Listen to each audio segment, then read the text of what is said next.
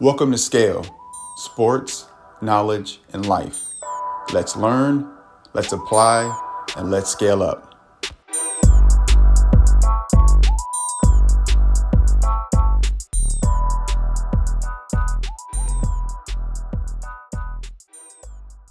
What's going on, y'all? Welcome to another episode of SKaL, Sports, Knowledge, and Life. I have a good friend with me here today, special guest, Phill Frazier. Welcome to SKaL, bro. Appreciate you, God. I appreciate you. Appreciate it. All right, so we're going to jump right in. He's here to share his story, his journey with you all, so y'all can learn some gems and get some advice and apply it to your journey. That's the goal. Take some positives and to apply it to your journey.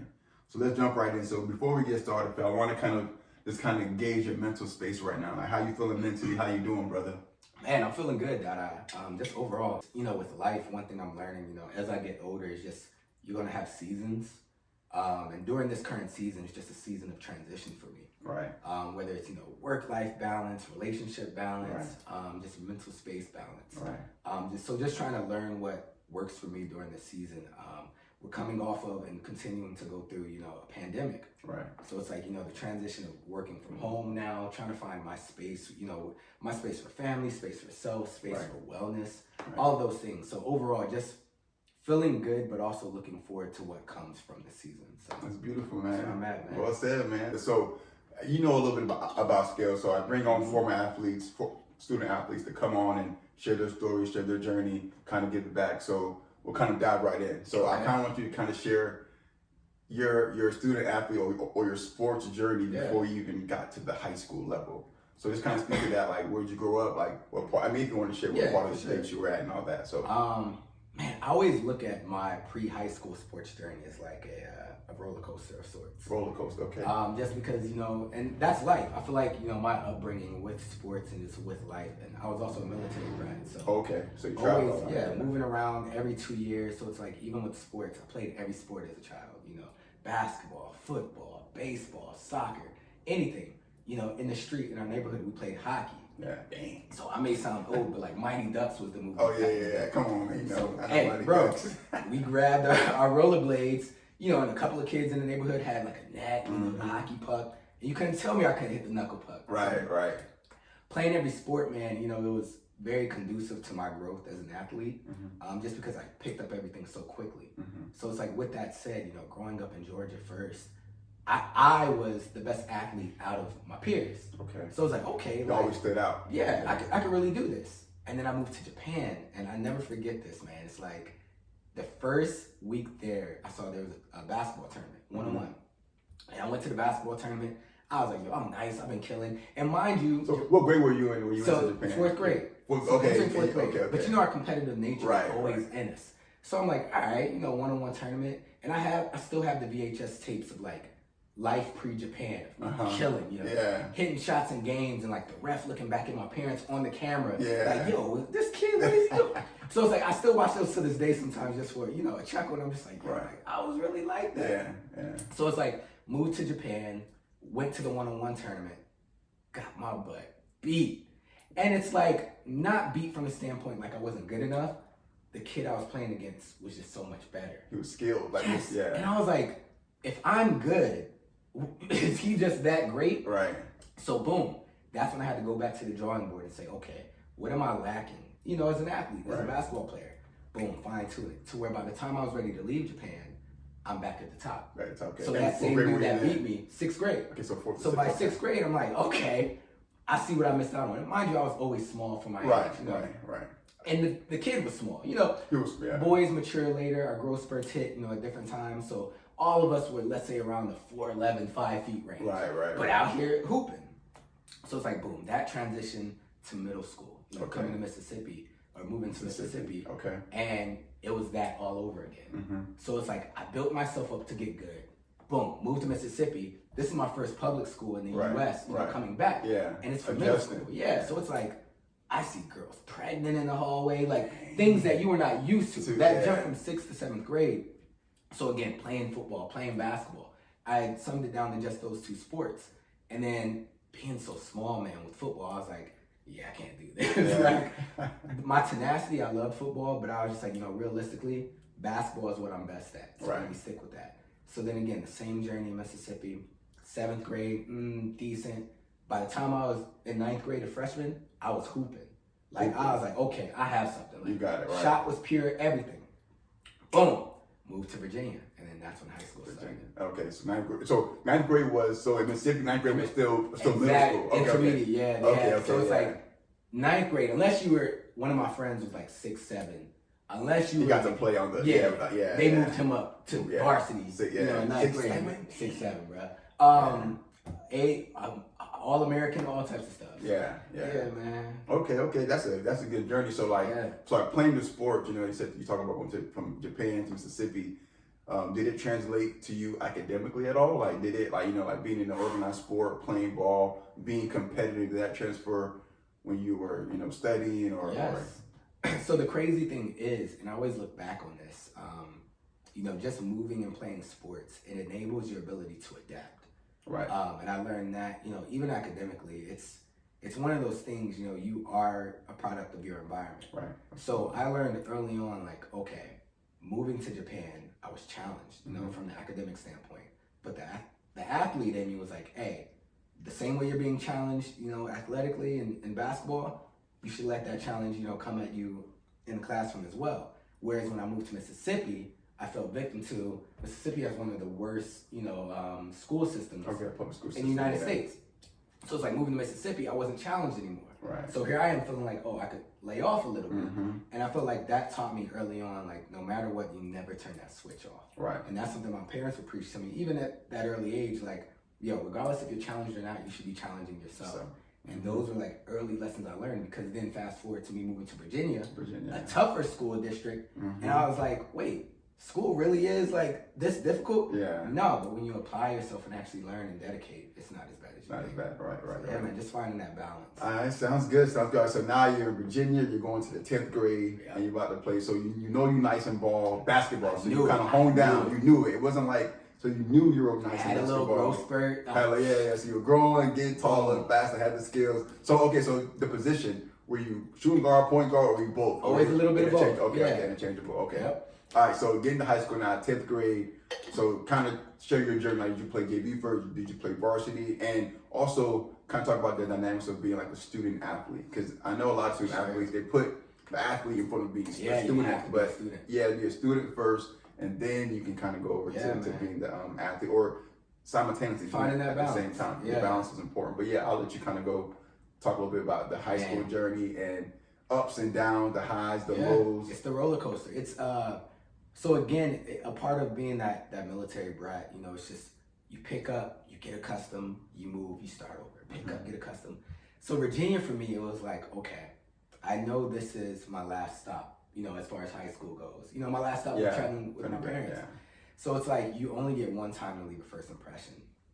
And you know, like I know, it's like you see new kids move in, and all it takes is once to be like, he's all right, he's decent. Right. I knew everywhere I went to hoop for the first time, I had to leave a mark. Had to. So I knew off top, like when I moved to Virginia, the shots that I want to shoot them. You know, the way I want to play, the way I play defense. I don't care if dudes are older, younger, just go at them. Lock down, yeah. When I moved to Virginia, man, I had it. I had that edge. I had that underdog mentality. When I say I hit the growth spurt, let's say by sophomore year, I was maybe 5'8". I'll give myself 5'8". Yeah. So I was at least getting to a height where it's just like, all right, you know, I could hold my own. So I would go to my school's open gyms, do my thing. Their varsity was actually really good. You know, I had a good lineup, some big guards, some big men, 6'7", 6'8". So it's like they sat down with me and was like, yo, we could really use you on varsity, but because we're so loaded, we want you to just play. They knew me being on varsity, you know, a 5'8" point guard. Right, you won't get that playing behind guys, talent level or not. So they was like, just play JV. And they set me down with 2 other guys that could, around the same talent level, you could easily be on varsity. And probably start for other varsities in the district. Right. They was like, yo, play JV, you know, build some chemistry. Next 2 years, this district is yours. Yeah. I was like, cool. Went undefeated. JV undefeated. Yes, man. Killing them. Killing. My confidence was on par. The coach was like there to just push me on. And that's what I always think of when I say that roller coaster, man. It's like having a coach to push me and say, hey, whether you're playing bad or not, just get back out there. Right. Not too many coaches will believe in you. Right. But kind of to segue into the academic side, not only that, he was on us in the classroom. Yep. So it's like where my parents, you know, having military parents, they were always pushing me regardless. That was innate. That was always going to be in me. Like, all right, my dad would make me not play a basketball game because I had a C. Yeah. So it's like they didn't play. Yeah, Like, yeah. Basketball's cool. We support you. Yeah. Academics is what's first. The balance. That's what's most so it's important. like my coach Lee was like, yo, if your grades are not up to par, not only are you not playing, but you're also gonna be running sprints. Right. And I love being in shape. I don't love running sprints. Just because, right. So right, it's right, like, right. so finding that balance for me was very necessary in high school. And we all go through our trials of, I had some class where I was like, yo, I'm just not getting it. Yeah. To other classes where I was like, yo, I'm not afraid to ask for help. Right. And once I learned like applying myself in this classroom is going to set me up for my future. Right. Because once I really started thinking, okay, I think I'm good enough to like play college basketball. Okay, so when was that? Was that Sophomore year. Sophomore, so you knew, like, okay, I can make it to the next Once level. JV was happening, I was like, yo, if I do this on varsity, I'm getting a scholarship. Right. To the point where I was even emailing coaches on my own. So, oh, really? They were. How do you even think? Okay, as a sophomore, who thinks to? Is it like who thinks to email a coach like, hey, coach, I'm looking at. I knew that my time was coming, so I always wanted to get on their radar. I was like, I may hit another growth spurt. Yep. I know my game's going to elevate. Right.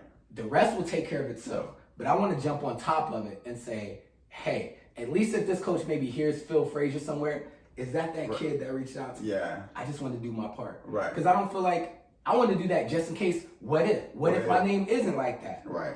You never know. So I just wanted to put myself on the radar. And the first thing every coach would say was, okay, that's fine and all, film, whatever. How are your grades? Boom. And that's what taught me. I was like, yo, if you don't have grades, nothing else matters. Yeah. A coach will ask how are your grades before they ask is he coachable. Yep. All of Yeah. Because if it shows that you have discipline in the classroom, it shows you have discipline elsewhere. I can't say, but yeah, I always say, like, I tell young kids, I'm like, listen, coaches don't want to babysit you in college. At all. Now, there are some elite individuals that are like, okay, elite coaches, okay, his grades aren't good, but look at him, he's 6'11", he's going to the league. Both hands. Yeah, but the majority of individuals aren't that elite, like the LeBron status that he's #1 draft pick. So you have to have that balance. You have to be able to take the ACT, the SAT, and get a good score, and excel, and get to the college and do the same thing. Yep. So So thanks for sharing that. And I think that was kudos to you for. I didn't sophomore year, I didn't even think to email a coach. Like, I don't know. I mean, you can Google it. You can go to the school, look at the site, I'll go to the coaching staff, send them a picture or a video of you. And you were like, I feel like I'm meeting you because I don't know if I mentioned, but I didn't mention, but you and I played at the same college. I kind of mentioned already that I played at 4 different schools. So the last school that I finally finished that, you were there. So we might talk about that a little later on as well too. But yeah, I didn't even think to reach out to coaches, but that's important. Right, that's important. So all right, so through your high school journey, what was your tactic? Because you already kind of mentioned one about reaching out to coaches, but what were some of the things that you know you had to do to make sure that you secure a full or partial or half athletic scholarship? Because you said by sophomore year you had this talent, but now what were you doing to make sure that you were able to secure that? Because there's no guarantee. You can blow your knee, you can hurt your ankle. Prime example. Right. It's crazy. So even me doing that my sophomore year, I was like, okay, the rest will take care of itself. The coach already told me next couple of years of my years, just give me the opportunity. I remember after that sophomore year, people were hearing my name, like, yo, see what Phill does on varsity, boom. And mind you, I was going to be a junior. There was still like a senior point guard on varsity. I didn't even think of none of that. Tunnel vision for me was just like, yo, this is mine. Right. So for me, it's like on the back end, I knew I can't control anything else, but let me get my game right. Right. Like, let me shoot every day, hit the weight room, do everything. Let me get my handle right. Right. Things that were already there, but I was like, let me sharpen this. Because I was like, if there's a scout coming, so we had a big kid on our team that was 6'7", 6'8". Yeah. He was our center. He started getting recruited. Yeah. So in my mind, I was like, regardless if scouts are looking at me or not, my game needs to be on a level to where when that recruit comes in, they want the big guy. But they're going to be like, yo, who is this guard? What year is he? Exactly. So that's what I was doing to prepare myself. Also in the classroom, I was like, all right, I have to hit a curve to where it's just like, okay, am I focusing? Am I getting the grades? So then, fast forward time, and this is why preparation is so important. And just we always talk about mental health. This is why mental health matters so much, man. As much as you heard me mention, being prepared for anything that comes my way, sharpening my jump shot, sharpening my handle, getting tight in the classroom. Right. What I wasn't prepared for was what will happen to you mentally if you don't get that opportunity. Right. And that's ultimately what happened. Man, Junior year, the coach had his favorites. And it's one of those things, and that's why I say that roller coaster. That roller coaster. Like, he had his favorites. I knew in my mind, that had never happened to me. Like right now, I told you the story. I played 1-on-1, but I was always like, "Oh, I'm gonna get on this." Yeah. With this and with life and with our teenage years, which are so pivotal, you don't get those back. Right. You don't get a next junior year. No. Junior year's up, then the That's senior it. year, then you have pressure. Then what's the thanks, right? So boom, that whole junior year, let's say I played on average 6 minutes a game. No way. And it was the type of minutes where like go in and put you out. Yes. Like it wasn't like you have a good flow. Whereas we're playing our rival. I'll never forget this. He's killing us. He's a point guard, best district player of the year, killing us. And I've been playing against him. He actually grew up in Japan with me. Okay. Killing us, bro. And he's a great player.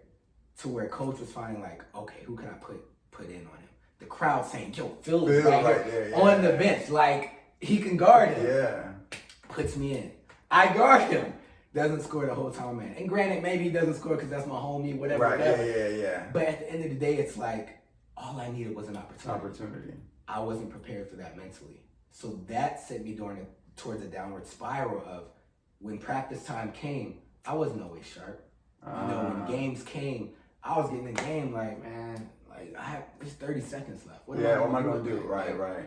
I can't do anything with that. Right. Then my mind is in a place like all these coaches I reached out to, let's say they happen to check the box score. And look at, where's Phill Frazier? The guy that kid emailed me last month or last year. Is he even there? Is he even playing? Yeah. Or see Phill Frazier 0 for 1, like 2 for 3 free throws, like something crazy. Yeah. And it's just like, yo, what am I even doing? Yeah. So with that aspect, it's like that was my junior year.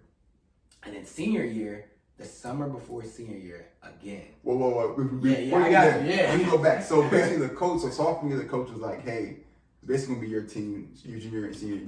Just run JV, run it. You did. You're undefeated. You did your homework. You did your job. Average, and then, let's say average 18, 20 a game on JV. And to me, that's solid. Like people think 18, 20 again in easy. any league. Again, why you say league? Consistency. Yeah, consistency. Every night. Perform. There was nights where I had 0 at half. I would turn around and finish with 15. 17.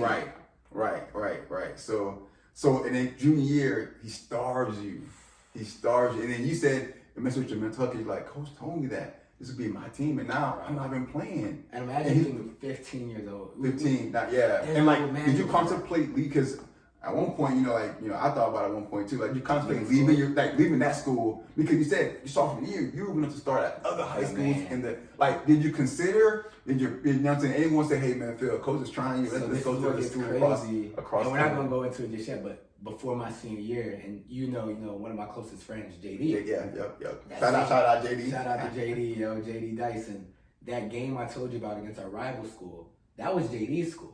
Okay. JD was in the same position as I am at that school. And JD. So the guy was killing. He was He was a year older than us. He was playing a year. Yeah. But the way life works, that next summer, JD was like, well, Phill, I know for sure this is my team next year. The way life works, JD was like, granted, I know I'm good enough to get a scholarship, but Phill, I don't just want a scholarship. I want to give us the opportunity to really get looked at. Yeah. So I want to go to States. How can I go to States? Phill, why not come to Tab? So he'll be the 1 and 2, or you've been 1. He'll be the 2. We play because y'all both like y'all are brothers. So it's like we've been playing together with your so long. twins. So it's like that crossed my mind before senior year, and kind of to touch on what you said. So this is post junior year. JD was like, bro, next year is it? Like we went through what we went through. That's when it crossed my mind the most. That summer I'm working. It's like that summer the seniors are going. I'm killing in summer league. I went to the University of North Carolina basketball camp. Killed there. How'd you know about it? Someone tell you about that? Parents. The parents. Okay. So my parents just like, go ahead. Well, I was going to ask you 2 questions, and I'm sorry to you cut you off there. One was, did you work at all? Like work outside, like during high school, and then also did you play? Because you talked about UNC, so did you play any AAU ball? Yes. So just kind of like, did you work, or did you play AAU ball? Started working at 15. Chick-fil-A was my first job. Chick-fil-A. My parents was like, look, you can hoop, go to school. If you want these shoes, these Jordans, that's the same.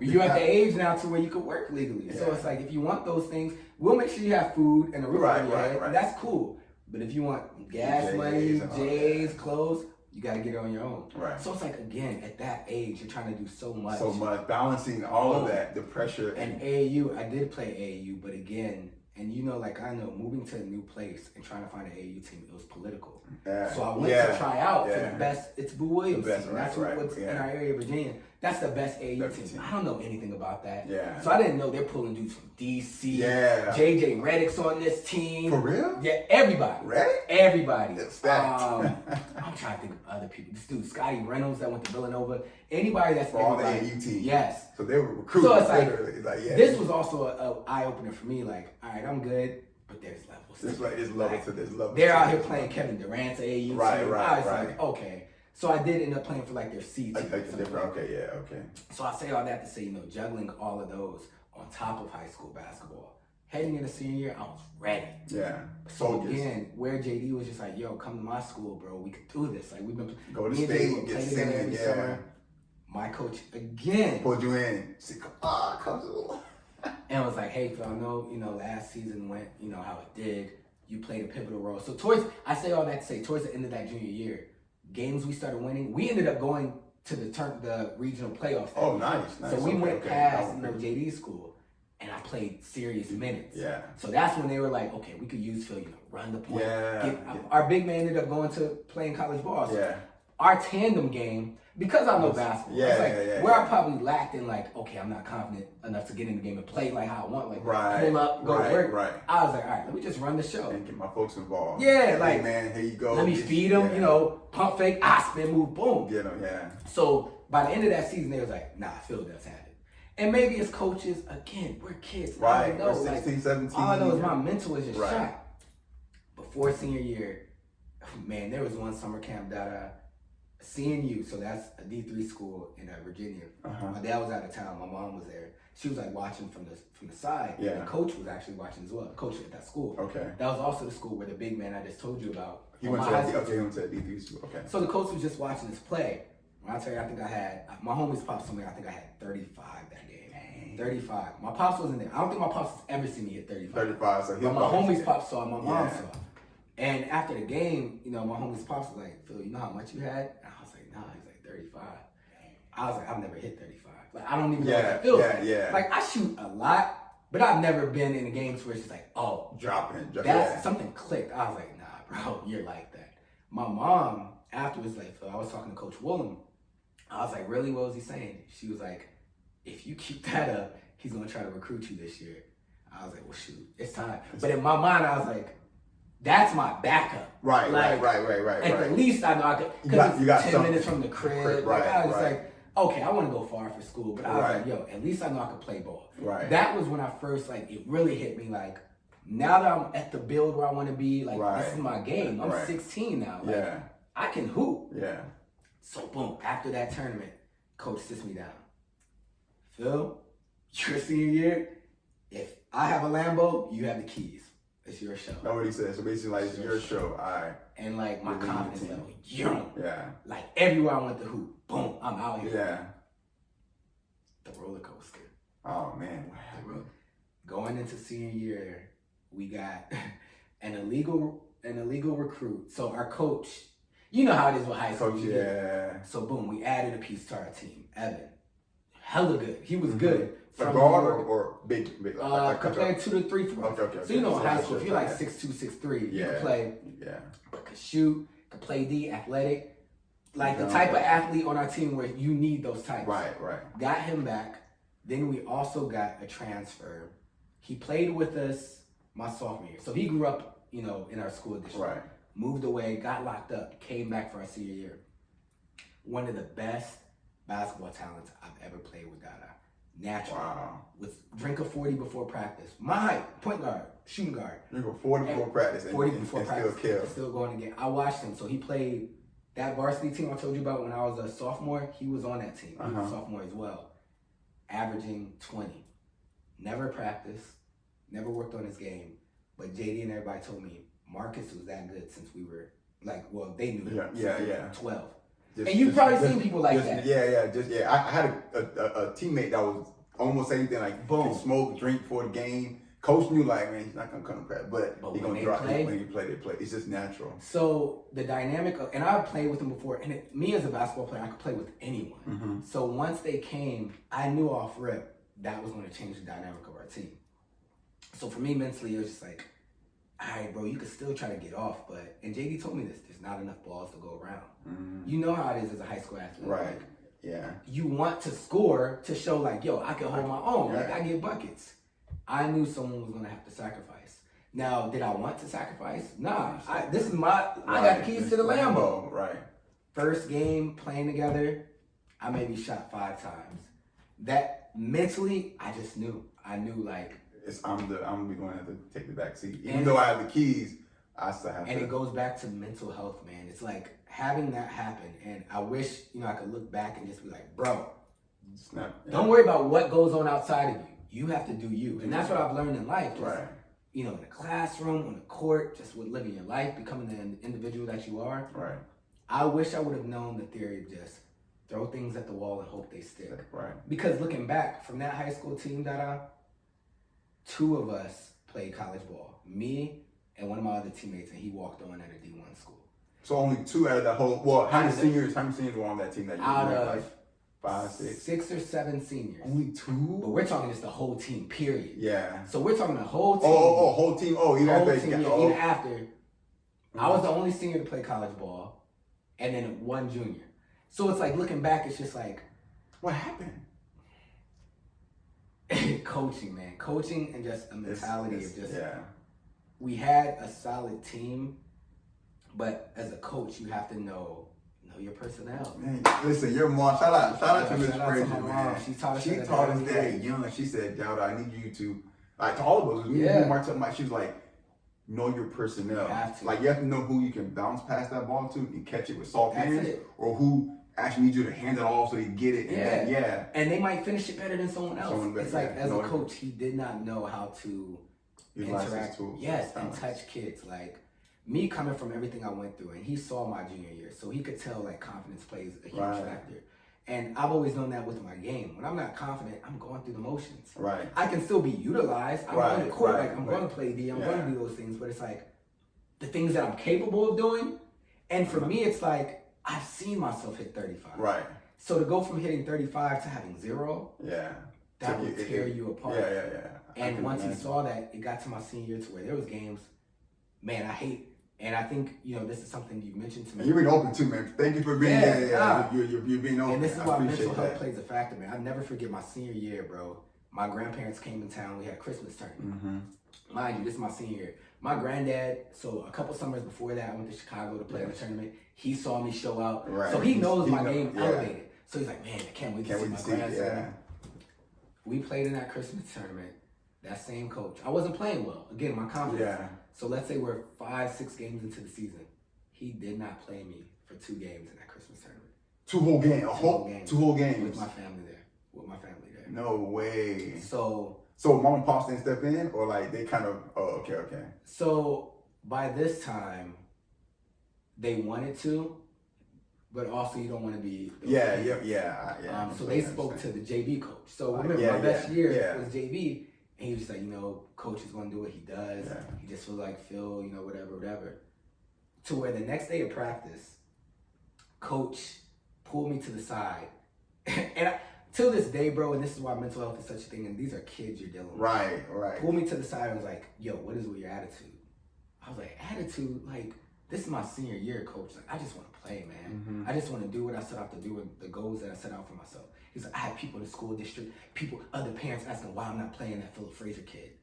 And in my mind, I was mind blown. I was like, now I'm good. Right. I don't think I'm great to where people, like, the whole world's like, Right. yo, But it's noticeable. Like, but you I know have I'm the good talent enough. Like, and yo, not like, playing didn't wide. that kid kill every Yeah. time we see him play? And I was like, coach, man, I just want to play. Like, pride aside, this is my life. This is my senior year. This is something I've worked for my whole life. And then finally, he kind of like could see that in me. And I don't know what he pegged me for, as like some kid with a bad attitude or something that go his way. Nah, I'm the opposite of that. I want to work hard. I want to do.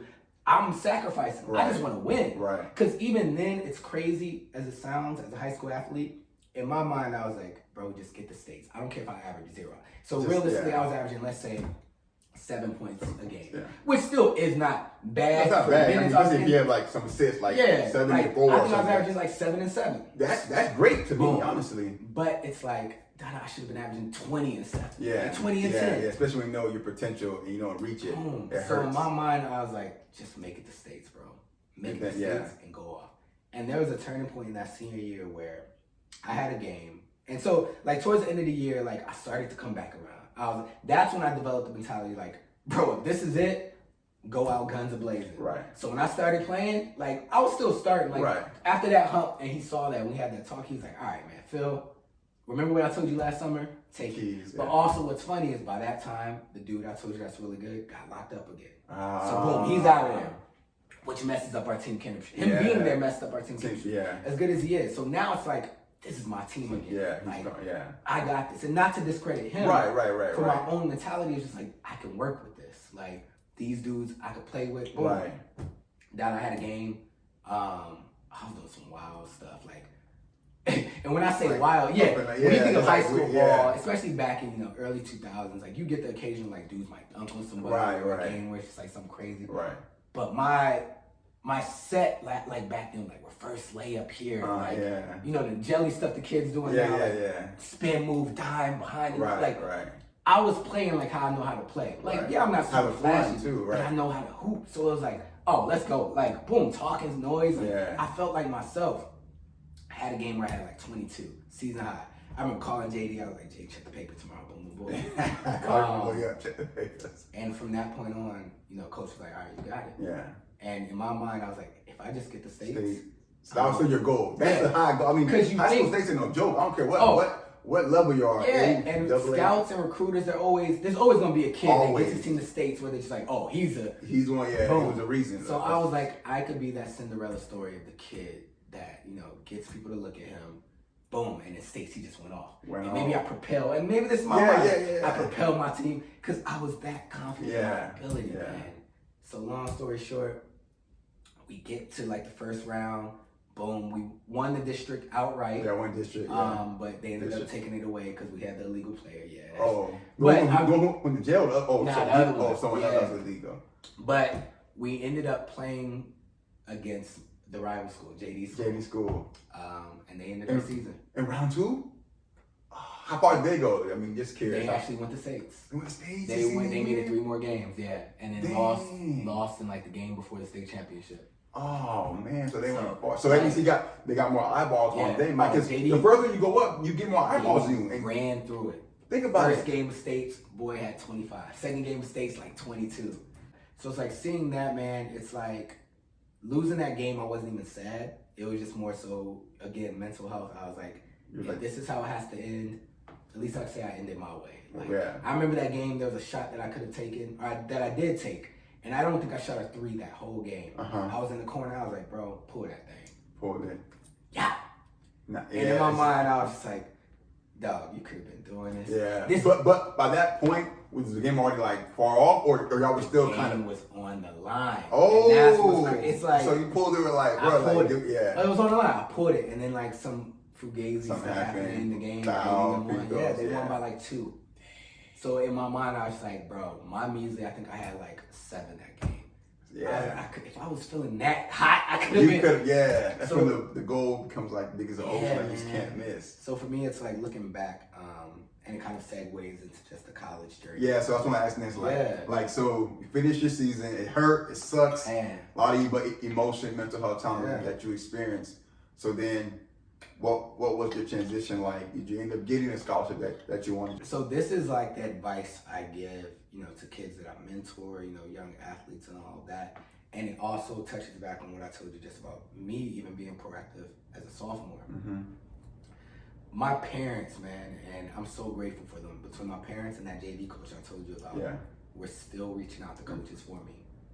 In my mind, I was like, I want to play college basketball so bad. Right. But I was already starting to like apply to colleges just as a regular student. Really? So you already, so the JV coach was still influential, was still kind of there for you. Mom and Pops knew like, hey, listen, we're going to be out there for our boy too. Right. So it's like, I just remember I was like, man, if this is what it is, I'll just go to school. I was like, I'll try to walk on. Right. I reached out to like a couple D1s. I was like, yo, if I could walk on there, I was like, of course, your grades are right. Boom, my SAT scores were good. Yeah.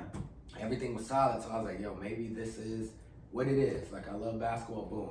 So then it got to a point. This is all post senior season. Right. I'm seeing like my friends, the football players, signing day, putting hats on. Yo, and it's crazy. Yeah. This should be me. JD's calling me. He was like, "Do you want to come to my visit with me?" He was going to visit before he eventually went to. I was like, "Nah, bro. I don't think I could go through that. Honestly, like, you're living what we said we be doing together." Yeah.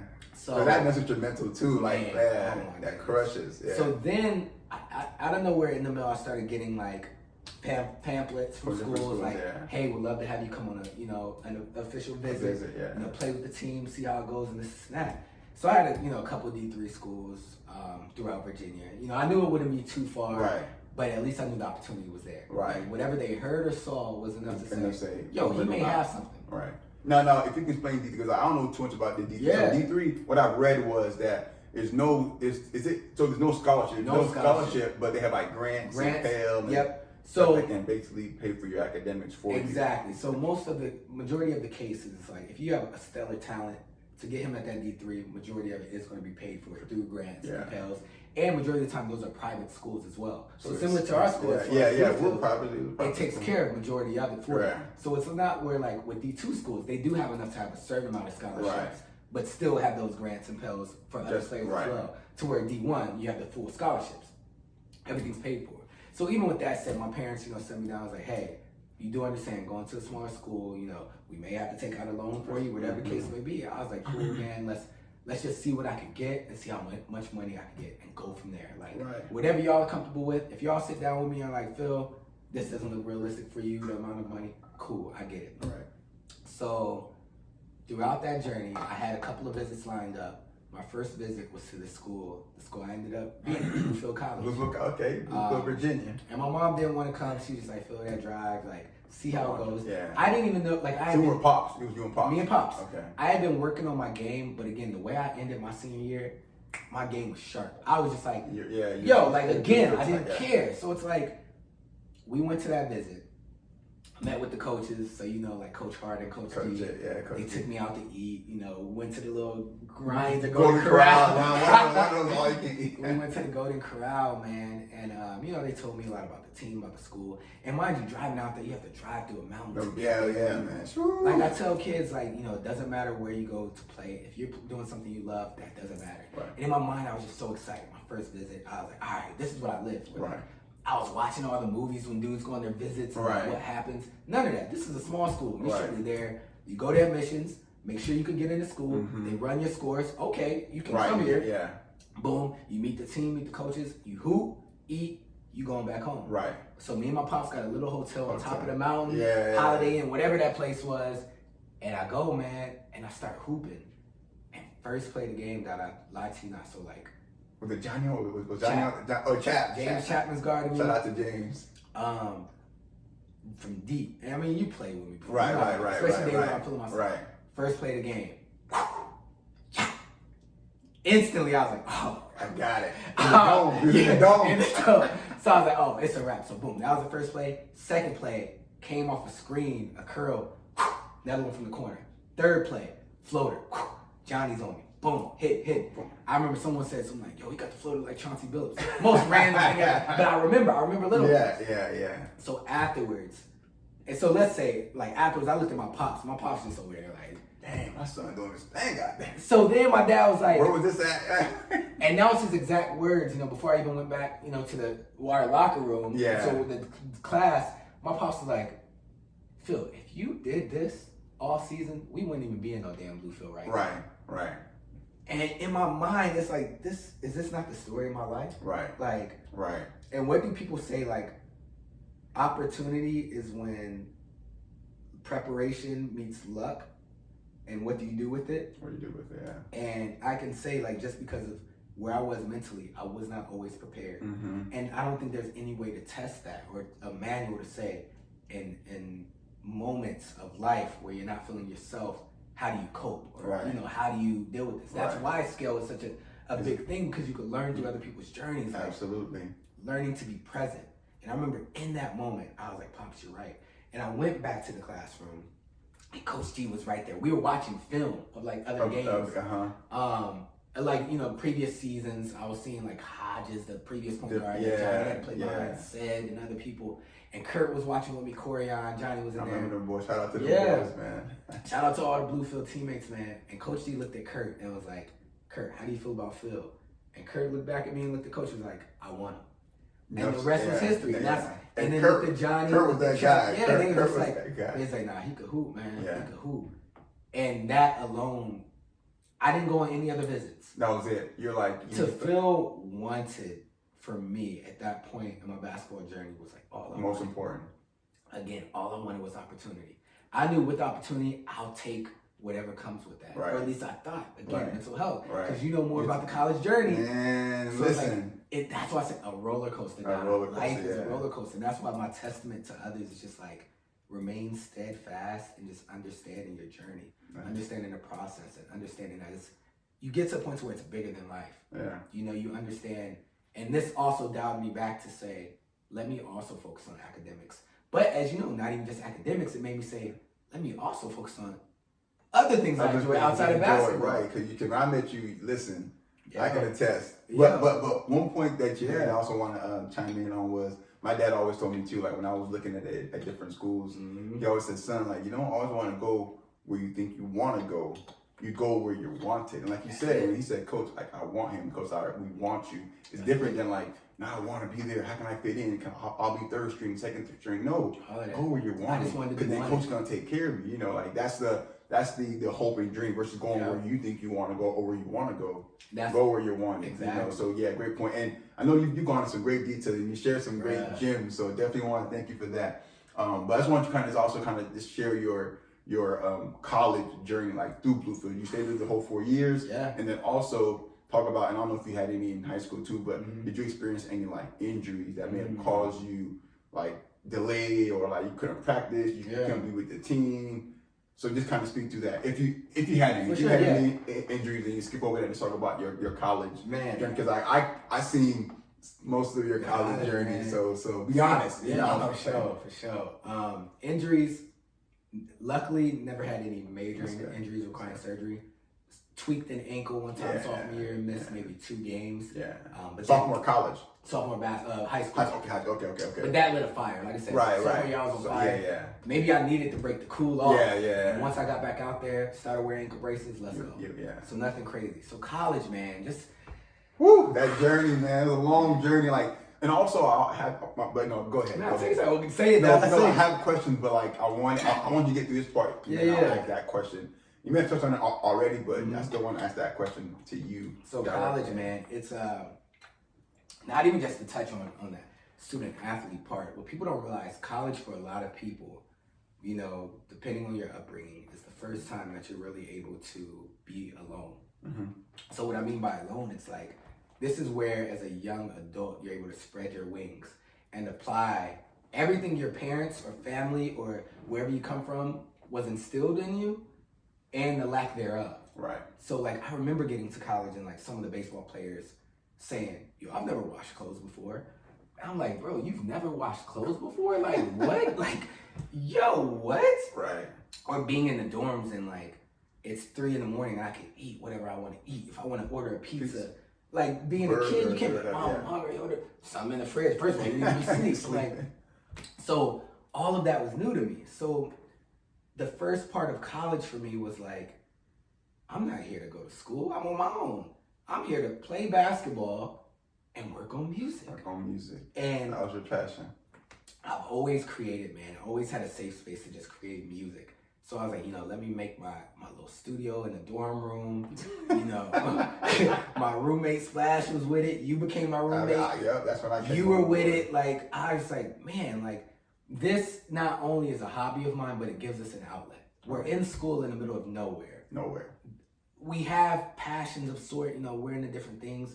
This is a common bond. All love music. Right. We all love listening to music. Right. Shoot, Phill has the ability to make music. Let's do it. We got it. So having that freedom, and that's why I always say that first semester of college for me was such an eye opener. because I didn't know how to be a student athlete. Right. I was on academic probation that first semester. Academic probation. Okay, how did you? Okay, so your freshman year, first semester. Yeah. Oh, so you came in on academic probation. No. Oh, I ended up being on after the first semester. So that's when I came. Because I came January of 2017. So that means that was because you came in probably August 2016, right? That was the beginning of your freshman year. 2006. I'm yeah. Okay. 2006. Way back. We're older. My bad. Okay, so 2006, August was your coming to your freshman year. You was there. I came January 2007. Thanksgiving. You came home with us. That was 2007. You sure? I'm almost positive, bro. Because because JV. Yeah. 2007, you were playing on the team by then, right? Yeah, January.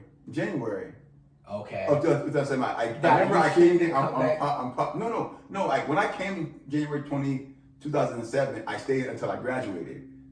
Remember, I left Faulkner University. Yeah. Mid-year. I know I still know because Thanksgiving that year. Thanksgiving was 2007. Me, you, Mike, and Phill, we went down. Splash was there, so Splash lives there too. So he was already down there. Okay. It feels like so long. So I think you had to start your college year fall of 2006. I did. Yeah. So I just feel like that after that season when you came home, I think I told you. That's what throwing me off. Like that time we went home. Mm-hmm. For Thanksgiving. Yeah. I think we had some games. Coach said, "You can't go home for y'all who live out of state, but if you live in state, then we can go for like a day or two." Yeah. So I didn't fly home to Florida. I just you came with me. Yeah. But so after that freshman year, so you're on academic probation. So explain that. Man, so it wasn't by default of grades. It was by default of not enough credits plus the grades. Oh. So let's say I averaged maybe a C. I had to drop my speech class because I didn't go. And that was one of the classes you told me. Yeah. Phil, you have to go to class. So like by the time you were my roommate, you saw me staying up late to work on music. And then sleeping in till like noon. Not going to class. Going to the cafe, eat, and then going to practice, and then back. Doing the same thing. I'm like, how you doing this? Because I came in as a junior. Like, I've already been there. You adapted. So that goes back to what I say about college. It comes full circle. People don't know how to be disciplined. You know, not people, kids. We're kids. Right. A lot of us don't know how to be disciplined on our own. Right. It's not like you're coming home and mom or pop's like, hey, you need to tighten up. So boom, that was that part of it. I didn't know how to be a student athlete. So then the basketball aspect of it was smooth. For me, it's like a job or like anything in life. You're still new. Mm-hmm. You're fresh. You're a freshman. So it's like anything I do wrong is okay because I'm new. Yeah. That's when you can be carefree. Right. That's when I was the backup point guard. Yeah. So it's like I could get in the game, do whatever, and feel like, oh, I'm doing my thing. Right. Like, I didn't make mistakes. You know, I played well when I was in. So I was like, okay, I'm hitting a groove here. Like, I get college basketball is no longer like, oh, you should be playing. Yeah. People don't owe you anything. So I was busting my butt. One thing I did learn, and this is where like it evolved over the years, was I was busting my tail in practice. So it's like in my mind, it was like, I'm disciplined. When it comes to this basketball and this hard work, I never want, whether my talent isn't as good as Johnny's or Kurt's, whatever, the coach will never be able to say, yo, if Phill gets in there, he's not going hard. Right. That's all I was cool with. Right. Because again, all I wanted was opportunity. Right. What I do with it is cool. But where the mental starts to affect you is you see your game elevate. Right. You see, like, after a while, I was like, wait, I can hang with Johnny. Not only hang with him, there's days, open gym where I'm killing him. And I'll never forget this. There was a day, so Johnny's our starting point guard, where he looked at me and he's like, bro, I ain't gonna lie to you. You like that, boy. You got it. You play like this all the time. Yeah. And for me, that was humbling because it's just like, man, bro, you don't owe me nothing. Like, this is your position. And I think Johnny was a beast. He's a great player. So for him to say that, I was like, damn, maybe he sees something in me that I don't. Because in my mind, I was still like, man, there's no way I should be starting over Johnny. Mm-hmm. He's that good to where he doesn't do anything to lose his spot. Right. But in my mind, as I started to evolve, so we're talking sophomore year, junior year, I shouldn't start. But I damn sure should be getting a good amount of time. Yeah. Because there may be a game where Johnny's not playing well. Yeah. Throw Phill in there. Yo, Phill going to work. Right. But I wasn't getting that opportunity. Mm-hmm. So this is where the ripple effect happens of you not being strong mentally. Right. And not to say being weak mentally is a bad thing. Right. know how to handle always it. equipped. Right. So it's like, boom, the classroom side, and this is why, like, as I started to mature and like talks that you and I would have, talks with my parents, you know, talks with myself, it was just like, you have to find the balance. And that's when I taught myself, and I tell kids I mentor, hard work and discipline and consistency isn't a switch you can click on and off. Right. It's either on all the time or it's off. There's no middle ground. Right. So I say that with life, with relationships. I can't brag and boast like, yo, I'm a hard worker when it comes to this work stuff. But then they're like, yo, bro, what about school? Yeah. Oh, nah, I don't care about that. Yeah. Nah, anything you put in front of me, I'm going to apply my best. Right. So by sophomore year, I'll never forget that summer, me and JD grinded. Like, I was like, yo, I have to get better. Like, every time we go to the gym, I want to check the best player. Right. Like, throw me the ball. If it's crunch time, I want to shoot that shot. So that was sophomore year going into your junior year? Post-freshman year. Okay, yeah. After academic probation, after having talks with you, like, building my core in college, seeing what the college, like, so with Johnny got hurt later in our freshman year, I started the rest of the season. So I was starting a college basketball team as a freshman point guard. Didn't play bad, but also didn't do anything exceptional. Right. And that to me was just like, bro, that opportunity ever comes again, you gotta be ready. Right. So that whole summer, I'm grinding, I'm doing everything, like jumper, getting back right, everything. Confidence. Get back to Bluefield, grinding. Like, I remember in practice, I was just like, yo, and this, I'll kind of fast forward, the year before sophomore year was like that, and before junior season, even elevated. Yeah. So before sophomore year, that was your senior year. Yeah. I was cool. Like, that's when I hit a space where, like, all right, I got my experience. Boom, coach is gonna show me love. And then we played some Bluefield Globetrotter team. Do you remember that game? I don't think I remember that. Bluefield. It was a preseason game. The Bluefield. Preseason. They wasn't the Globetrotters. They were like the sister of the Globe. Like they're like this. Like it was the ABA Bluefield Pro team. Yeah. Oh yeah. We played them as a game before the season. Do you remember that? Vaguely. So we played them, and I didn't play well. I don't think I played bad, but I remember like the point guard like punched me in my nose. Like it was crazy. I was just out of it the rest of the game. No excuse, but I just remember like it was yesterday. That was a turning point in my sophomore year. To where my minutes reduced. I think Keenan, the other backup point guard, played well. Shout out to Keenan, knocked down some solid shots. And again, what I've learned now is as a coach, you're just playing guys that you know won't hurt you. And then if they can bring something to the table, that's even a plus. So it's like, for me looking back, it's like coach looking like, all right, Phill really didn't stand out this game. Whereas Keenan did as a backup, maybe Keenan should be getting most of those backup minutes. So to me, it was like, well, damn, coach, you have been showing me love up until this point. All it takes is one game.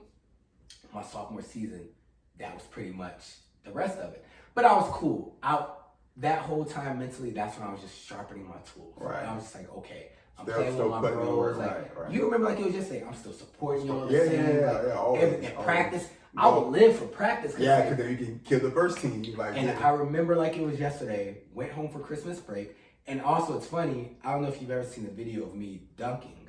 Yeah, was it the alley or alley-oop? Yeah. So that was sophomore year. I cut my hair. I was like, all right, let's get it.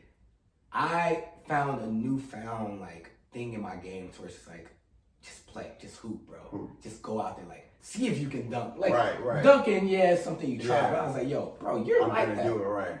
I'll never forget, I went home for Christmas and played with the fellas. Like, JD, we're all home for like a quick Christmas break. You know we don't get a real break. Right. And my game was just like that. So when I came home, I told myself, like, bro, bottle whatever it is that makes you play like this at home and bring that back to Bluefield.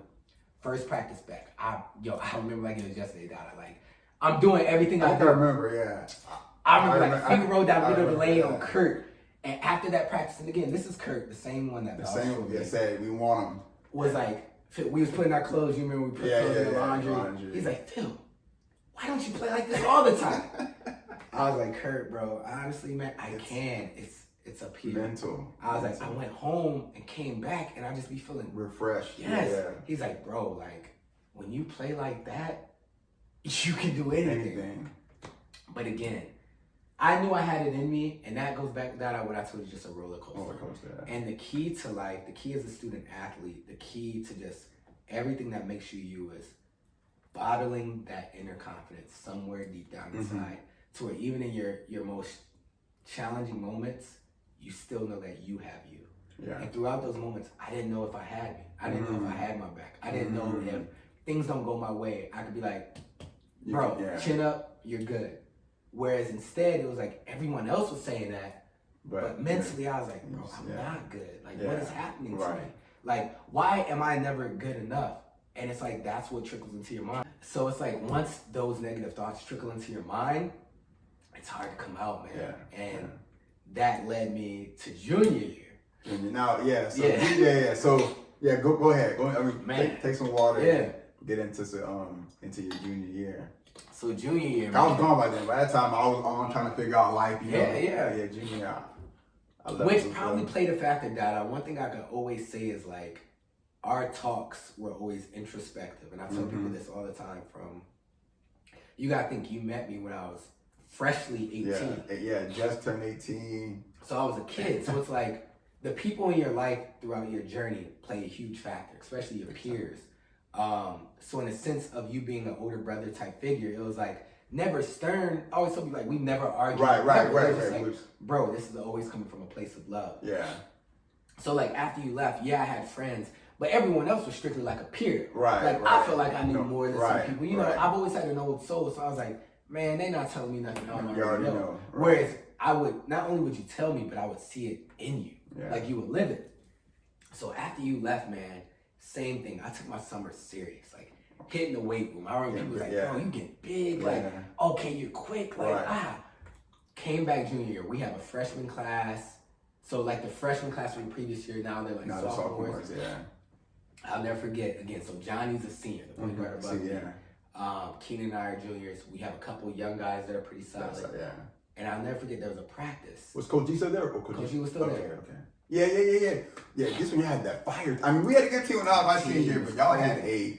So you have to think, all us young guys have experience now. Everyone from top to bottom. And solid. Coach will always say this: our second string could start on any other team. In the whole conference. So practice was my turn up time. Like when I got back this summer, I was like, "Yo, I know where my game is. I know I can do this college stuff. Let's get it." Excuse me. And in that moment, I remember practice, and one of the young boys, shout out to Ed, he was a freshman or sophomore. He looked at me and was like, "Bro, you're right there," because he saw me in practice going at Johnny. He was like, "You're right there." Like. Again, confidence. The season starts, same thing. And I feel like I dug myself into such a hole mentally. I was like, all right, I don't know what else I have to show. Like, this is the cycle of my life all over again. To college. Yeah, it's like, to have the same person that sees the greatness in you, throw that greatness and be like, here's some scraps. And I'm saying it like that because that's how I looked at it. Then. Right. Knowing what I know now, bro, college sports is a business. Really is. And it's like the same way there's no manual for us, there's no manual for the coaches. Like, they're trying to figure it out. They're doing what they think is best. All they want is kids that will listen, play hard, and handle their business in the classroom. Exactly. Everything else is fluff. If you bring anything outside of that to the table, you're a distraction. So in my mind, I was like, bro, don't be a distraction. Just continue to work. Continue to work.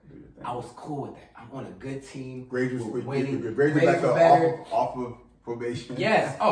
Academic probation ended that you tighten up. My parents would also, side note, my parents threatened to snatch me out of school had I not gotten off of it. So, parents don't play that. At all. So it's like, man, so that junior year, I was just like, bro, lock in. Whether you get 10 minutes a game, 15, none. Just be the same. I was cool with that. I was having a solid year, supporting my team, playing well in practice, enjoying, like, people don't realize the camaraderie of, like, friendships in college and traveling, road trips, all of that. That's huge. It plays a factor, man, but this is where mentally where things take a toll. So I was bottling the frustration. I wasn't talking to anyone about it. I was just cool. I was just like, man. No counselors on campus. Nothing. You just like, okay, I'm going to do me. Parents wouldn't understand. Phill, for all you wanted was to play college basketball. Now you're playing it, you're on scholarship. But it's like, how can I not be human if, I'm there. That's like, I just want to be in the building. Like, let me get to the building. But they got you working on the first floor. Eventually, you're going to be like, I'm not satisfied with just being in the building. I'll go to the top. I want the penthouse suite. But not do I want to give it to me. I want to work. So imagine working for it. And this is the tale of everyone, every journey. Imagine working for it and never getting it. Never getting it. And not, do I want the penthouse suite? I just want the opportunity to be in the earn it. penthouse suite. Right. So I feel like, again, it goes back to that first impression. All it took was for the coach to be like, we know what we're going to get out of Phill. Despite how hard he works, despite what we see in practice, we just don't know. Or we already locked into our people who we know we're going to, and cool. But there was a game, junior year, and not too many people like know the story of like how this happened. You want to share it? Yeah, for sure. Okay. Because it goes back to just being mentally strong. Mentally, also just key. like what you're going through as an athlete. And, I've always been, a soft-spoken, chill person. Right. Especially respectful towards adults, respectful towards my peers. Right. Like, unless things get super rowdy, I've never been super aggressive trying to fight. I can hold my own. Right. But when it comes to having both parents in the military, I've always respected myself, others, and especially peers. Right. Whether it's people of authority, coaches, teachers, right. all of that. So the coach puts me in with, let's say, 15 seconds, if that. In the first half. And those are what we call garbage, man. To end the first half. To end the first half. Yeah. So I'm cool with that. Again, it's not the first time it's ever happened. I was like, all right, cool. Am I happy about it? Absolutely No. not. But when I get in, I'm like, man, bro, just do what you can. So I get in, boom, I got the pill, quick, score. But then it's like, it happened so easy, Dada. I was mad because I was like, I really can do this like it's nothing. Yeah. Like, just give me the opportunity. And not to say like it was foo-foo, like, oh, he got it. Yeah. But this is still like, I don't think the game was that far off. Like, it's the first half. That was the killing team. So it's like, I scored against a worthy opponent, like easily. I got in, jab step, quick to the lane, wow. Boom. Yeah. So after that, I was just like, my whole demeanor was just like, are you serious, man? Like, this is wild. So the other team's point guard gets the ball. And like, I'm not even caring. Because I'm just, my whole energy was just crushed. Like, what am I even doing this for? Yeah. Why? And again, being mentally strong, I wasn't there. So you weren't playing D with you, was like, whatever. So the little dude, he was small, like, gets the ball. But clearly a guy that, if he has the ball in the game, shouldn't be scoring. Right. Gets the ball, blows past me, scores at the buzzer. So it's like, whatever. So it's like, coach was hot. I'm walking towards the locker room. I'm still on the court. Like, right, we're still walking. The coach comes to my face, cussing me out, spitting, turning red, and says, and you wonder why I don't effing play you. It's because of that, like stuff like that. That's why I don't effing play you. You out here doing S like that. You let this little, whatever, score. And again, I'm not saying anything. Because in my mind, it's like, coach, respect. I put my best foot forward day in and day out. I work hard. I've handled myself in the classroom. I don't complain. Granted, regardless of what I'm going through internally, I never once said, Coach, I need more minutes. Right. Damn, why Coach put me in? Yeah. Those things are happening internally. Right. But I've never voiced that. So for all the time you balled this stuff up, okay, go ahead, tell the story. So he continues to say that, going into the locker room. So the way our locker room set up, you go to the training room. Yeah. So on my shoulder the whole time. And to me, it goes back to like, even with high school, I'm just having flashbacks of like, why? Is it something I'm doing that makes them think I have a bad, like, what is it? Like, is it me? Like, I've been raised to be a respectful person. Right. And even like, I remember like the coaching bios and stuff, like he used to put about me, like, Phill is one of the nicest people I've ever met in my life. And he always always. So again, I think it hurts even more because this is someone I respect and actually rock with. Right. Like, this isn't some coach like my high school right. Like, this fool just out to get coach me. was a player's this coach. This is my guy. We right. joke with, him and his kid. This is my guy. So that's when it hurts even more. So when we get to the locker room, I find the far seat. Again, I know myself. Let me just to decompress. Right. Coach opens his speech with, guys, I don't care about anything else in that first half other than the fact that to end that half, we have guys on our team that don't care about playing. They don't care about being for the team. They just care about self, and it shows on the time they get on the court. I snapped. In the locker room. Snapped. Threw a table, charged at the coach, said some stuff. I cussed him out. I just say I cussed him out. Oh, man. Someone kind of pushed me to the back locker room, like someone kind of grabbed you. Yeah, like calm down. I'm throwing stuff. Like, Nah, F that. I bust my tail night in and night out. Like, at the least you could respect me. I said some stuff. Yeah. To the point where I wouldn't stop. They said coach was trying to come back there. Oh, so I guess he was ready to fight. Whatever. Yeah. I was with whatever. Right. But it's like, I wouldn't stop. I blacked out. And I wasn't there. If I was there, I would take you to the training room. Yeah. I blacked out to the point coach had to take the team to the training room. Oh, the whole team? Yeah, the whole team. I was still going.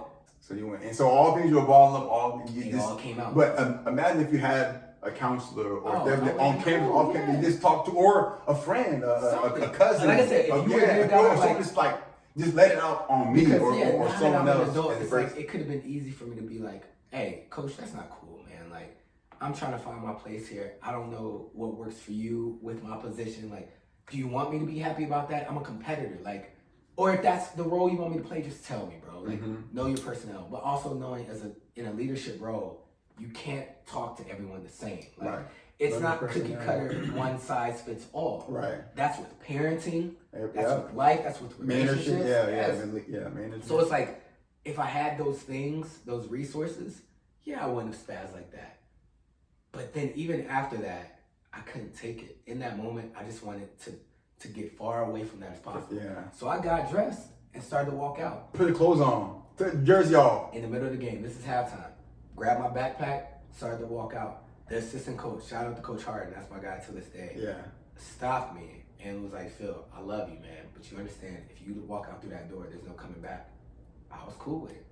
I was cool with that decision in that moment. To separate, to say, no matter what comes after this, I can live with it. But even though you know that you're upset, you blacked out, so you're probably still in that same. Oh, for sure. And went home and just called my pops. And my pops was like, Phill, what? It's halftime. Like, what is going on? And I explained to him what happened, and he was just like, Phill, man, like, you need to go down there and apologize. That's pops. But I wouldn't. I could not find my in that moment. Not that, maybe the next day, next week or something. Didn't go to class. The next day, I locked myself in my room, like for like 2 days. Tail, flash mic, knocking on my door. I wouldn't answer. I wouldn't go to the school. None of that. You were practice. You didn't think. You didn't. Nothing. And I heard they were talking about it on campus and people hitting me. Of course, yeah. I just didn't want to face it because that was something I never faced before. Yeah. So that's why being a college athlete was so pivotal for me. Like going through all of that, and eventually I apologized to the coach, man, and having a talk with him, and he was like, Phill, I still want you around the guys. I know that's not in your character. I'm hurt. Yeah. And I was like, I'm hurt as well. How do we grow from here? How do we? I'm a kid. Like at the end of the day, what people don't realize, I'm 20 years old. Like I don't know what you expect from me, but it takes a man to take some time to realize where he went wrong, to be able to communicate how he went wrong. Right. And I voiced everything to him.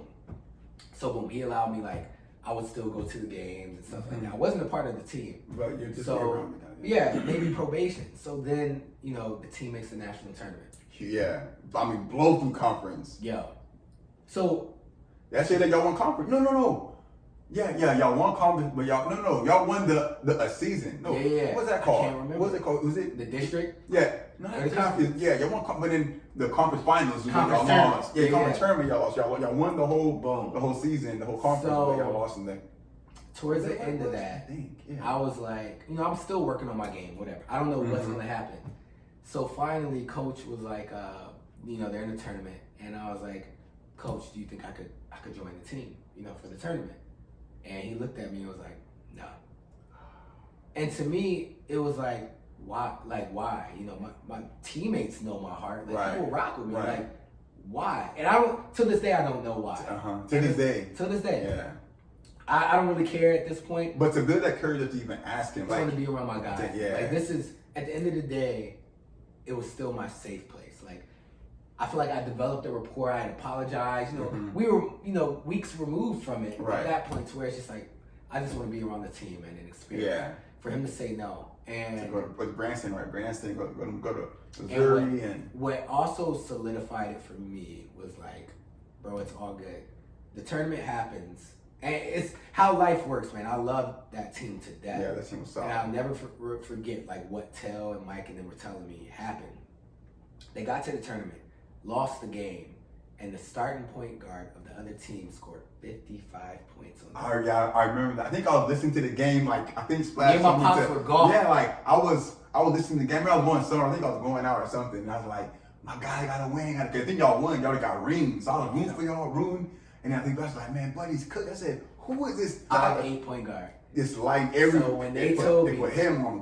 They said the coach put Johnny, Kurt, Corian, and I remember when everybody got back, all they saying like, bro, if we had Phill, and not to say, again, I don't think Phill would have been told, because I'll never gas myself. But you took pride in your defense. Yes, because for me it was like, you enjoyed locking people I know down. I can score, I know I can do all these things, but also I've been fortunate to be on some dope ass teams in my life to where it's like, I don't need to do that. Yeah, and maybe that, I have a killer instinct, but it's like, to know that you have a killer instinct also knows like, I have other killers on my squad. Right. So let me pick up where, okay, if they need me to shut down, I'll shut him down. I have my energy on him. So when I saw that, I was like, 55 points. Yeah, I remember that. Buddy went off and they lost. So in my mind, I was like, this is also a testament, not only to whatever, life brings, but it's like, again, that had I had the resources, had I waited my turn, who knows, what could have happened had I not cussed out the coach and made it to the tournament and had my opportunity. I would have loved to, go through my trials that whole season, just to have that last moment of like, I stopped this kid from scoring 50. Let's say by the time I got in, let's say he had 30.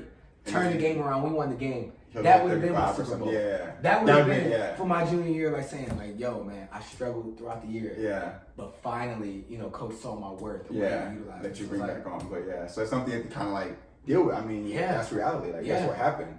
So, kind of fast forward to your senior year. So, your last year of eligibility, because now you've gone through 3 years of eligibility. So, now you've got 3 years of playing ball, whether you play a lot or not. Man, 1 year left. What'd you do with that last year, being able to play and kill? So this is life for you. That last year, and I know we're going to extend it, so appreciate your time. Appreciate your time, man. Last year, man, was really the year where I just wanted to, before anything, like zone in on life after basketball.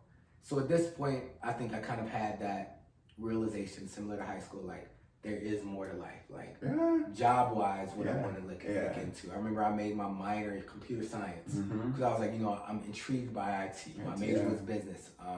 Turned up my music a little bit more, like had a MacBook. I was like, let me start recording again. Because sophomore, junior year, I kind of, when I say I took basketball in school serious, those were the meat of like, all right, bro, let me see what can happen. So our senior year, there were not that many seniors left. It was me, Juice, James Childress, and Keenan. Yeah, shout out to Juice. Yeah, shout out to all of them, man. So it's like, Childress. Going into that senior year, our previous coach had left.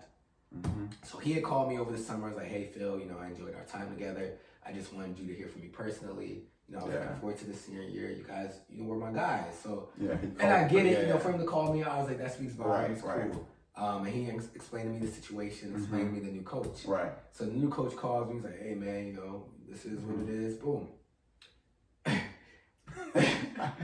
So I get back to school, man. And again, I'm already locked in. Like, I'm thinking life after basketball. So finally, basketball is not at the top of my list. It's hurt me, man. It's put me through some things mentally that will prepare me for the rest of my life. Just college will do that. Being a student athlete, again, having the roller coaster academically, having the roller coaster physically, mentally, all of those things. So it's like, I'm open to whatever he has to bring our way. At the end of the day, at least I have my guys with me. So it's like, I'm going into this with Juice, with Keenan, with Childress. This coach is crazy, man. This coach is crazy. Like, never met the guy, so he's crazy. And I've had my fair share of crazy coaches. He takes the cake. Wow. And not to discredit his character, he's just crazy coach. People that play sports know we get crazy coaches sometimes. His coaching style just wasn't for me. But again, I'm not a quitter. That's one thing I'm not. So like going into it, I was like, let me give myself the opportunity. So like, just his tactics, how he speaks to people, throwing stuff at people. Like, I've seen it all. I was like, yo, this dude is wild. So maybe 2 practices in, Keenan quits. y'all got it. I'm good. Keenan's So Keenan quit said, this fool too crazy. This is not for me, I got real life stuff going on. I'm cool. Let's prepare for life after college. So like, I'm looking at Childress. I'm like, hey, bro, what's up? What we doing? What we doing? Juice is hurt. So our best player isn't even playing at the time. So it's like me, Childress, and that guy's recruits and other players. Yeah. So I'm like, all right, let me just adapt, man. So you were starting point guard. Yeah, I'm starting point guard. So one thing he did respect was like, yo, Phill is a talent. Like, he could do his thing. I'm going to go into the season with him being my guy. Yeah. So boom. We have like this kickoff jamboree game, blue team versus white team. Yeah. I do my thing. Have fun, yeah. Boom. So I think that's what solidified it. Like, in that game, I just showed basketball-wise, my experience, my prowess on the court was at a different level. So it's just like, okay, he got us. Yeah, like, here's the key to Lambo. Boom.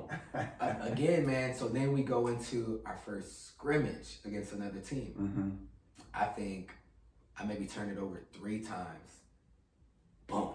Takes me out. Nice. And as a point guard, like I know with basketball, knowing your personnel, the turnovers were not even my fault. Right. Like, boom, threw it to the guy, they were pressing me. Woo, woo, woo, woo. That's one. Boom, another one. All right, come to the ball. I'm trying to get it to someone, no one's getting open. I'm dribbling, whatever. By the time I get to him, boom, that's another one. Yeah. Another one, boom, put it in his hands, whoop, gone. Yeah. So, like I know, can't make an excuse. That's on me to be like, yours. yo, F it. Clear out, I'm taking this thing. Yeah. So that happens, again, and with coaches, and one thing I learned about college sports, all it takes is once. And the point guard behind me, Ed, was good. Yeah. I think the word of Ed's game. Ed could get in there, hold his own, and contribute. Right. So it's like, I think in that moment, coach was like, Phill ain't my guy anyway. So I didn't recruit him. Yeah, I didn't recruit him. So he's a senior, get him out the way. Same thing with Childress, my other teammate. Who can shoot the lights out. Right. So, boom. So then it's a cycle. Coach is barely playing us. Then there's a game where coach put us in, and we both did our thing. But it was like for 30 seconds. Put us in. I think I hit a 3. Childress hit a shot. Hit like 2 threes. And then like something happens and we lost the game, whatever. So in the locker room, the coach, and you know how our school is, like for it to be a college team, they still had a JV team. Yeah, it was JV. The coach stops in the locker room after the game, giving our speech, and was like, I'm gonna be honest with y'all, there's guys on this team that even though they're seniors and have experience, I think they need to have a run with the JV team. Bro. Was he referring to y'all me too? Me and Childress. No way, Phill. No way. So, he said in front of the team? In front of the team, bro. And I looked at Childress, and we looked at each other and was like, what? Like, okay. And mind you, at this point in time, we're 21. Like, right. Yeah. The difference a year makes, but by the time you're a senior, there's so much wisdom that you gain. Like, you know how it's like, OG of the team. It's just like, to me, it was just like a chuckle. And everything I had been through, I was like, man, come on. I'm not doing it. Not gonna happen. Right. Was it like a joke or he actually meant it? No, he meant it. So after that, Childress quit. Yeah. Boom. So I had a real talk with coach. I was like, yo, I don't know, what your motive is by that. He was just like, I just think you need the reps because you're not getting the time in the game. So it's like, I just want to see you get the reps. I know what you're capable of doing, but I want you to get that edge back. Yeah. I was like, I respect that, but I'm a senior, bro. I'm good. So I think he saw that in me. He saw I was going to, still apply myself in practice. So Christmas break was coming up, and in my mind, I had to have a talk. I was like, bro, do you want to prepare for the rest of your life now and get that head start, or go through with this team? Another season and have to travel and all that, yeah. So I had a real talk with myself while we still had 2 games left before Christmas break. I was like, bro, determine that when you get home, but just go ball out. 2 games before Christmas break, I balled out. Splash, who is my roommate, video coordinator, watched the film with the coach. So long story short, Christmas break, I called him and was like, hey man, I'm gonna start applying to jobs. Like I'm preparing for the rest of my life. Like meeting with my advisors, having my business classes, getting ready for presentations. I was like, hey, I love it. Look what you're doing, for the team. It's just not fit for, my journey where I am in life. So after that, he was accepting or whatever. Yeah. Coach looked at the film with Splash and was like, that boy Phill was killing. But he was killing because he knew he was free. So he was just flying. Splash is that all the things that he was free. He was just let them go. But it's like that taught me. Let me be free. That's all I ever needed. Yeah. And it's like I had a flashback of like my life as an athlete, and I was just like, Same thing over and over. Even the importance of communication. And that's what I've learned with life, from teachers, from coaches. If a coach would have ever set me down and be like, hey man, this is what I see your role being on this team. Excel in this role, I got something for you. Right. If you're not cool with this role, then let me know what you think your role could be, and let's see how we could work on that. Or if you feel like that's not your role, tell me what you think your role is, and I'll tell you why I don't think that's your role, or what you can do to make that your role. Right. That's it. Oh, well said. And that's the power of like things we learn, with college. And same with teachers. Like I had teachers where I was just like, man, like I'm not excelling the way I think I should in this class. What do you think can help me excel in this class?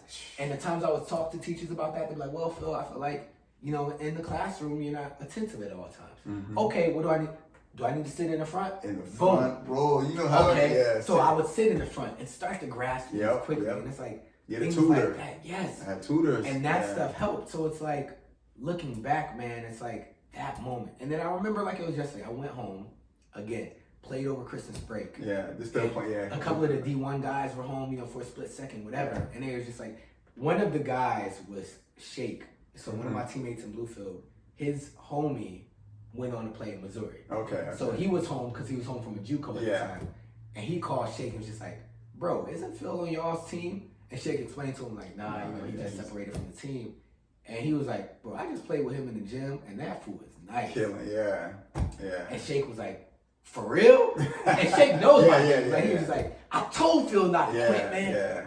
And like, it crossed my mind and I said something. I remember I called Coach and I was like, Coach, how would you feel about me rejoining the team?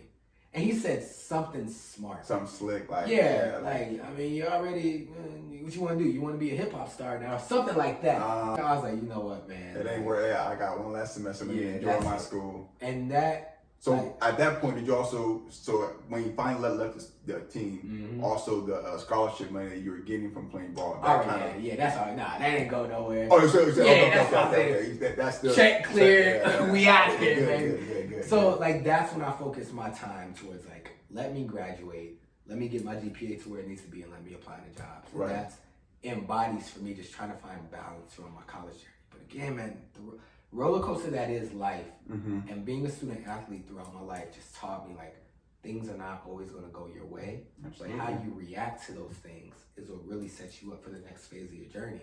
That's a gem right there, man. That's key. Man. Now, you may have already touched on this. I think you did, but I just want you to like say it or confirm. What would be your, you would say throughout your student athlete career, like your lowest, most like embarrassing moment? Like I know you talked about, that would that be it? The one in the for sure, man. I never from my life. Now, granted, I know everyone's not always going to like you, but there's certain core values that I have about myself that I never want people to be able to say they've seen outside of myself. Right. And for that moment in my life, I feel like I stepped outside of the core values for myself.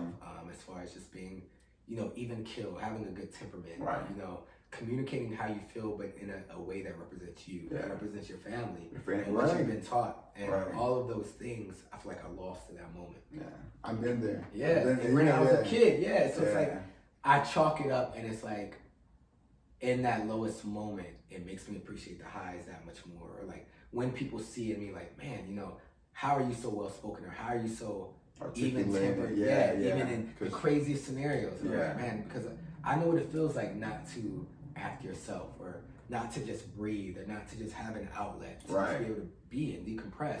So it's like that low moment propelled me for the rest of my life. So with that said, I'm grateful for it. Right. Now that kind of segues into, what would you say your most highest, most achievement you would say throughout even from middle school, high school, college, and playing sports? What would you be like, man, I remember that moment, that achievement, what an award. What would you say that would be? I say, and it's crazy, I hate when people live off of, the past or anything like that. When I look back at that sophomore year of being the new kid, having something to prove, going undefeated, having games where everyone in the crowd was like, who is that? How is he not on varsity? Right. And finally feeling like people see me for what I actually am capable of doing.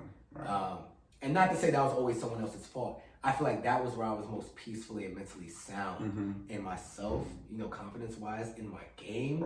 Knowing that I may not even be the best on the court, but you're not going to tell me that I'm not. Right. And my play is not going to show that. Yeah. My play is going to be like, I'm pulling this shot whether I think I can make it or not. Right. Because it's just, I just feel that confident in myself. So it's like that sophomore year, I never forget even the last game, ended it against our rival school, JD. I want to say they were not undefeated. Their only loss was to us the first time we played. Yeah. So this game went into overtime. And like, I remember like hitting the shot and telling them like, if this goes into overtime, it's over. It's a wrap. Like, it's over. And in that overtime, like 4 straight buckets. Spin move. And I remember doing the spin and like the crowd was just crazy. Because also I don't know how it was for you, but like JV games were right before the varsity games. So this was a rival game. Right. But also the crowd for the varsity games already there. So they were cheering for our JV game like it was a varsity game. Right. So for me it was like lights on, showtime. Let's go. This is where I come to play. Right. And that moment for me, and you know, it could be minimal to some people, but for me it was like mentally, that was my high. That was your high. That was where it was like, and granted, I've had spurts of that, you know, throughout. I have that every time I hoop now because it's just like, bro, you just don't care. You're hooping. Like, I just hooped the other week and dudes was just like, bro, like, do you play anywhere? Like, what? I'm like, bro, I'm old. I'm coming off an Achilles. Like, all of that. Yeah. But it's like thinking of all those things, just like, I wish I had that mentality at all times. Right. But we live and learn. Right. And that kind of segues to my next question, which you probably touched on. I want to give you a chance to actually speak to it. We all know hindsight is 20/20.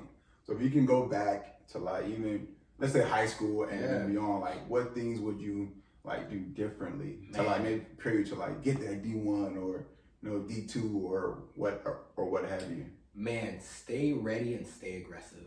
And that's having friends now that coach. And this is advice I even give the kids. That's your mentor. Being prepared is half the battle, but also staying aggressive. Like you can walk in a gym and see a kid that's prepared, but just going through the motions. But to see a kid that's aggressive in every aspect of his game, like I'm dribbling with a purpose. I'm shooting with a purpose. I'm playing defense with a purpose. I'm listening to my coach with a purpose. That's all signs of being aggressive. Right. And what I look for, even when I'm looking at kids and like, dang, that could be a kid I could tell, one of my coaches about. Right. It's just that. And that's what I tell kids, like, anything else you can't control. When you look at that film, is this kid sliding after a ball after he lost it? Is he hustling back? Is he listening when the coach is in his ear? Is he already looking at the next thing? Right. And those are things I wish I did. Because for me, it was in spurts. I was only aggressive when I felt like I was being treated justly. I was only ready when I felt like it benefited me. Right. But why wasn't I ready when that wasn't the case? Why wasn't I ready to clap as hard as the games I had 20 to the games where I had 0 minutes? Right. So it's like those two things alone, I just wish I understood at that age. But because I didn't understand them then, I understand different things about life now. Right. And the same things apply just in life with job opportunities, relationship opportunities. Like we talk about this all the time. Right. Like even with school, like a test, you have to be ready and you have to be aggressive on that. Like, oh, I did the research on it. Your mind has to be aggressive. Right. People always think aggressive is just how you move. It's a mentality. People think of driving. People are like, yo, being an offensive or defensive driver.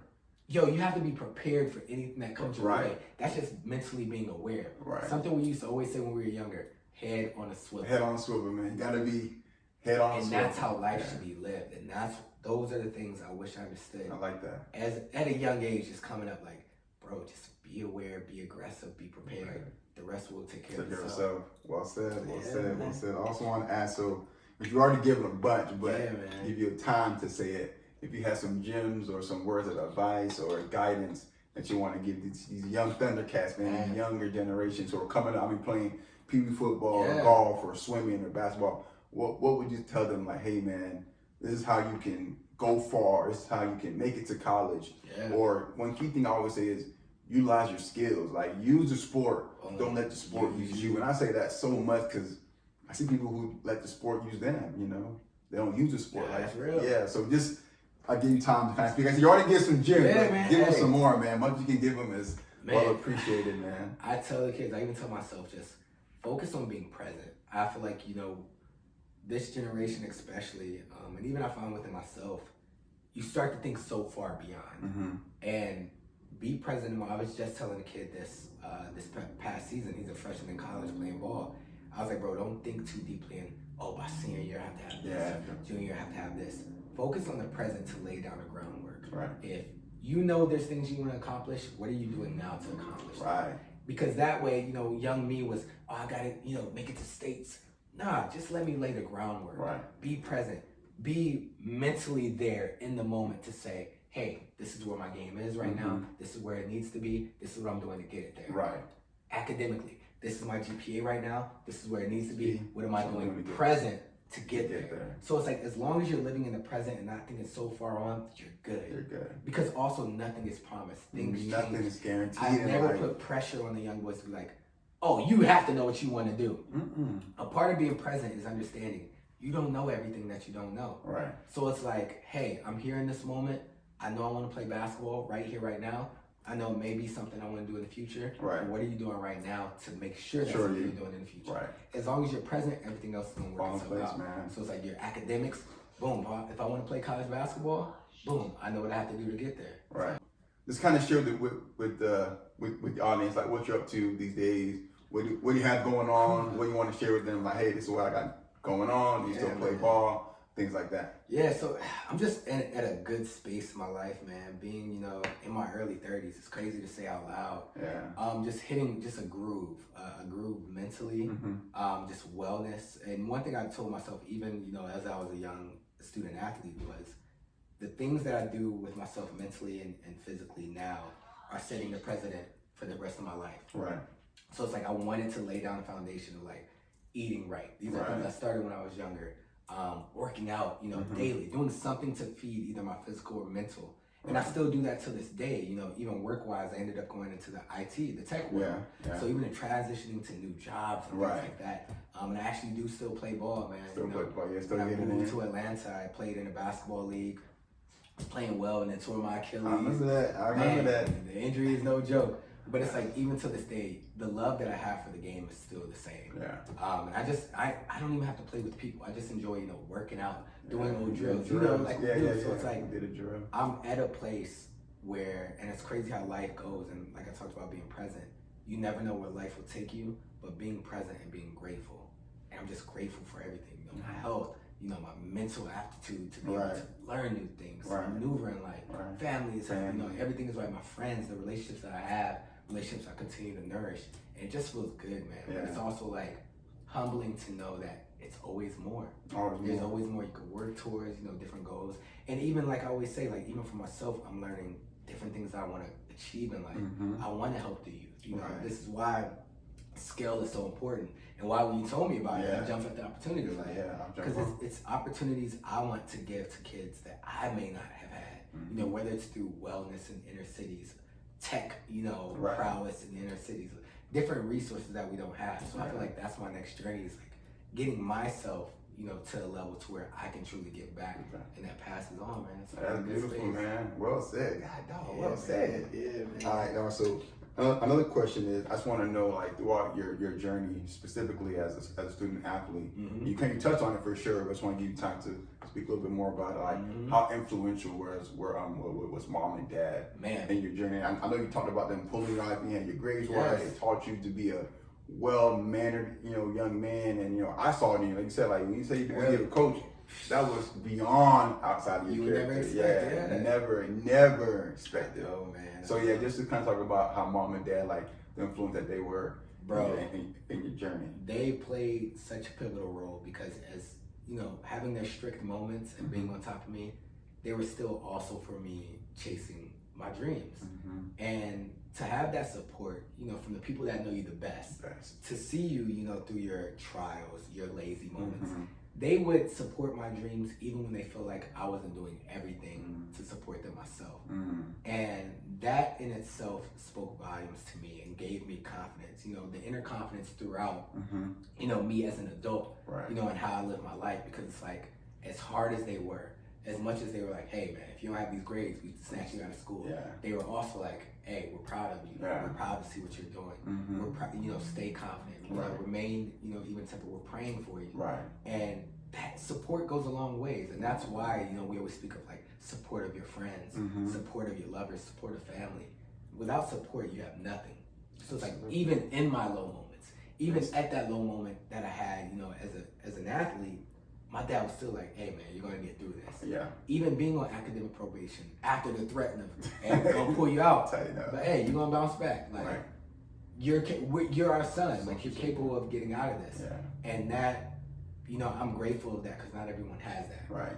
Not everyone has a support system in itself. Right. So to have that, I don't think I would have made it the way I did without them. Yeah. You know, to have that guidance, to have, you know, the words of wisdom. Mm-hmm. And granted, I don't think parents always have the right answers, Right. but they have the life experience. Right. That's what I've learned within myself. Like, give people advice. I'm like, yo, you can take it for what it is, but I've lived this. Right. Like, I won't give you advice on something I haven't lived, Right. but also I could be empathetic enough to try to understand and still give advice on that. And Right. my parents did that, man. They did it, yeah. For that, I'm grateful, yo. Right. So, Terrence Aranda. Shout out to the parents. Yeah, Shout out. I know them personally too, Yo, man. you I already love know. them. They're great. That's why I had to ask them, like, how Yeah, influential they were, because from what I saw, I know they were tremendous. So Oh, shout out to yeah. them for sure. And then this last, any final thoughts, man? Like any final words as we wrap up? Because it's been a minute. You know, we've been going through it. So any final words, or I mean, you said it all, but I just want to give you a last word. I just love what you're doing, Dada. With this, you already know, like you're doing it the right way. Appreciate you know, it. you're staying true to yourself, and that's a part of legacy. That's part of life. And I always, you know, think of this with myself. I think of this with my grandma who passed away in 2015. It's like, what is a life lived if you didn't touch others? Mm-hmm. And that's in any way that you see fit. Mm-hmm. We all have our own talents. We all have our own life experiences. And I know with like what the world's going through, it's hard. It's hard to tap into people. Mm-hmm. But it's like the way you're doing it and the way we view life, even if you touch one person off of this, you've done your job. Yeah. And that's all that matters. Or even if it's helped inner growth within you throughout this, it's done its job. And with that said, man, you're doing it the right way. Appreciate it, man. That's all love, man. I appreciate your time, man. Number 2, I appreciate it. Thanks for tuning in to SKaL, Sports, Knowledge, and Life, a space where we empower student athletes. Please like, share, follow, and subscribe.